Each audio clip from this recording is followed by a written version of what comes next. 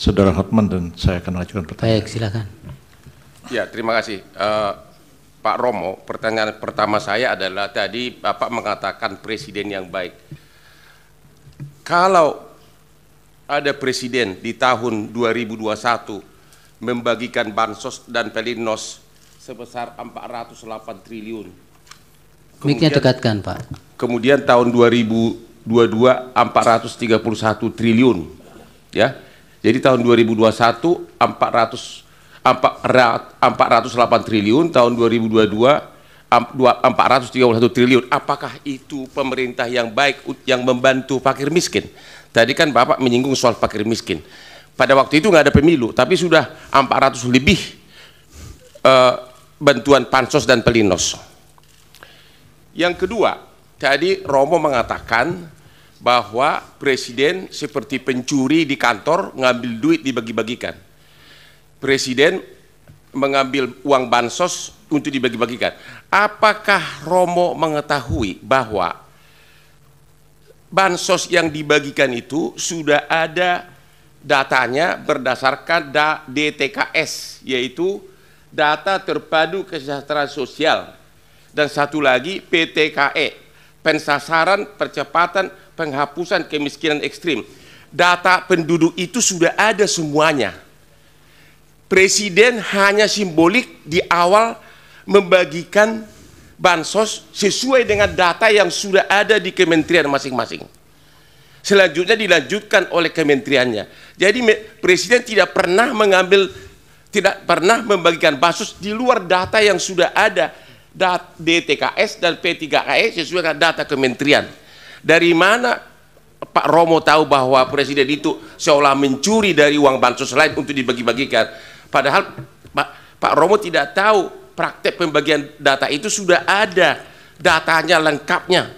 Data lengkapnya yaitu namanya KPM, keluarga penerima manfaat. Namanya semua ada di situ. Mohon izin majelis karena ahli bukan ahli bansos atau... Ya, sudah tadi pertanyaan sudah. Pertanyaan saya. Pertanyaan Pak Hotman yang kedua juga sudah bisa ditangkap, Pak. Ya, karena tadi jangan kan diulang-ulang.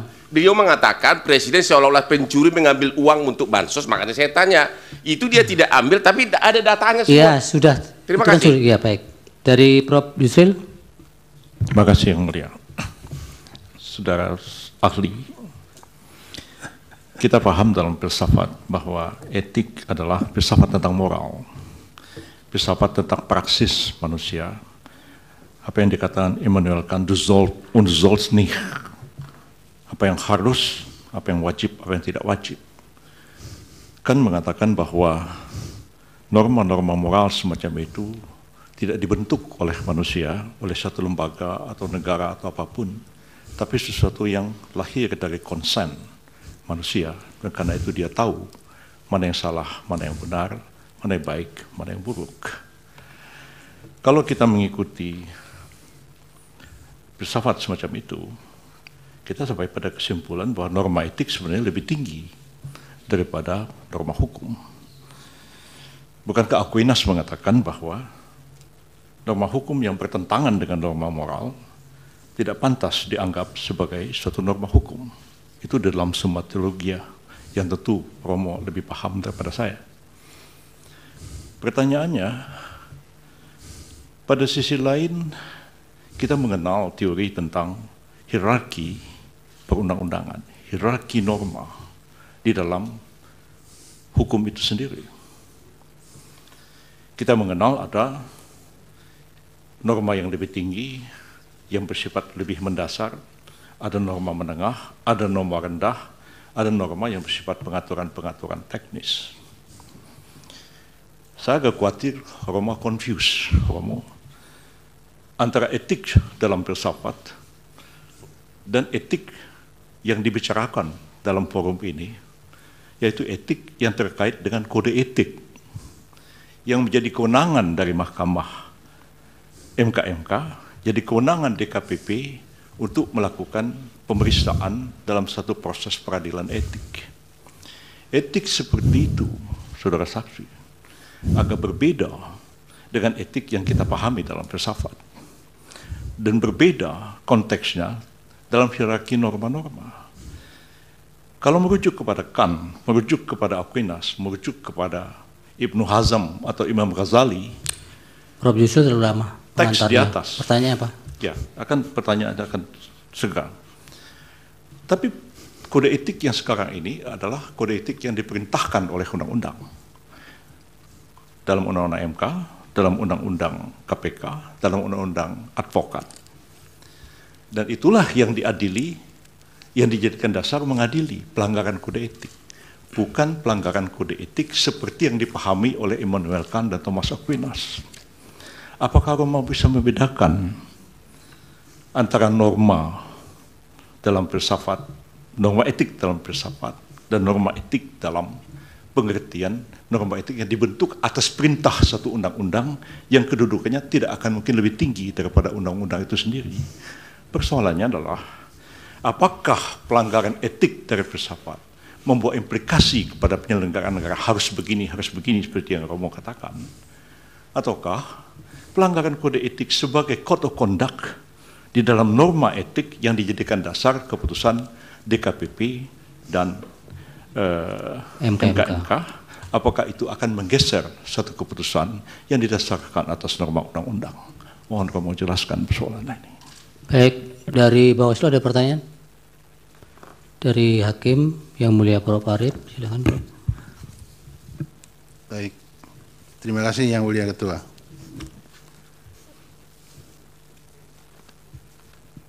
Terima kasih ahli Romo Magnis yang sudah memberikan beberapa catatan di dalam proses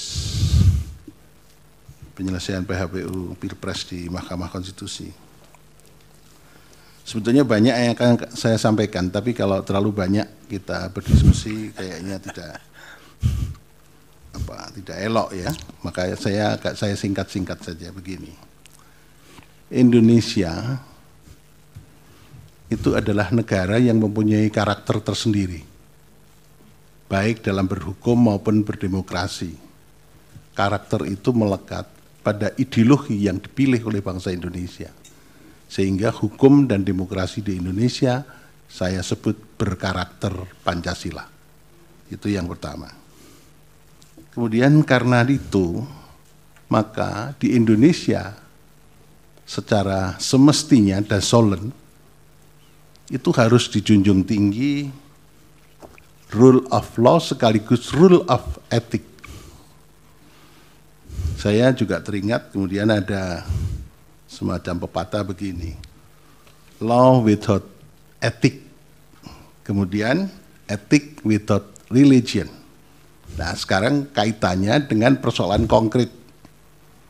Bagaimana berhukum dan berdemokrasi di Indonesia dengan acuan-acuan ideologi dan filsafati yang demikian ini. Terima kasih Romo. Silakan Romo dijawab. Terima kasih.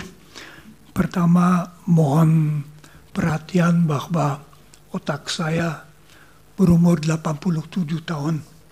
Berarti belum tentu saya Ya, masih semaksimalnya Romo masih bisa. ingat semua pertanyaannya. Kalau saya mulai dari belakang, tentu saja bagi Indonesia etika, kesadaran akan nilai sejak permulaan merupakan salah satu unsur yang mempersatukan suatu masyarakat yang amat majemuk. Mulai dari penolakan penjajahan, dari persatuan perasaan kita satu bangsa, dari kesediaan saling menghormati dalam Pancasila. Jadi etika memang amat penting dan tentu juga harus terlaksanakan dalam rangka hukum.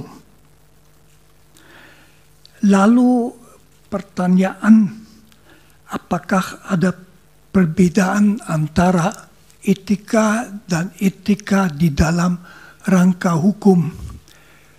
Tentu saja tidak. Tetapi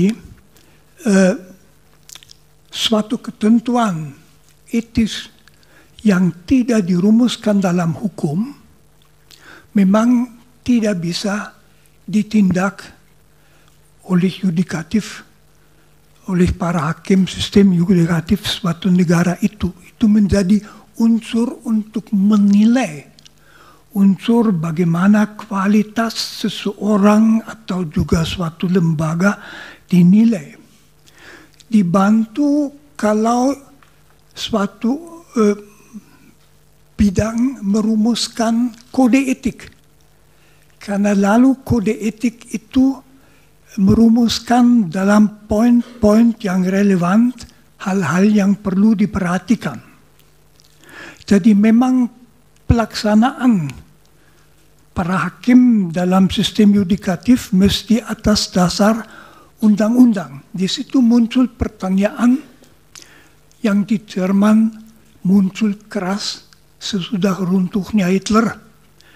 Apakah hakim boleh mendasarkan diri pada suatu ketentuan hukum yang harusnya diketahui ya. Tidak berarti ada susunan resmi tidak boleh dipakai.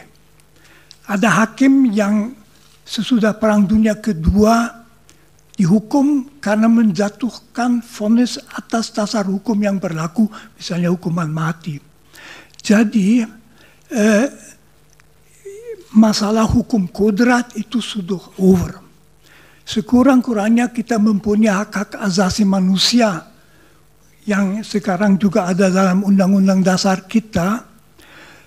Diharapkan bahwa disadari bahwa etika tidak boleh dilanggar. Bagaimana itu masuk dalam hukum, ini oleh ahli etika tentu tidak bisa dikatakan. Mengenai bansos, saya tidak mengatakan apapun tentang yang dilakukan Presiden Jokowi. Saya melakukan kalau seorang presiden yang sebetulnya tidak mengurus langsung kementerian, mengambil bansos yang sudah disediakan di situ untuk kepentingan politiknya, maka itu pencurian. Apakah itu terjadi di Indonesia? Bukan urusan saya bukan ahli mengenai hal-hal itu. Saya hanya melihat kasus secara teoritis. Tetapi misalnya kalau dibagikan tanpa memperhatikan bahwa itu untuk para fakir miskin, ya itu saja sudah susah. Lalu mengenai dampak kalau pernyataan pelanggaran etika oleh mahkamah majelis kehormatan diabaikan. Tentu saja itu memberi kesan bahwa asal ada kekuasaan, maka bukan hanya etika tetapi juga hukum tidak perlu diperhatikan. Jadi penguasa bisa mengatakan abaikan saja. Itu dengan sendirinya memperlemah sekali struktur negara seperti negara hukum. Indonesia itu adalah negara hukum dan mengabaikan pernyataan bahwa suatu keputusan merupakan pelanggaran etika yang berat.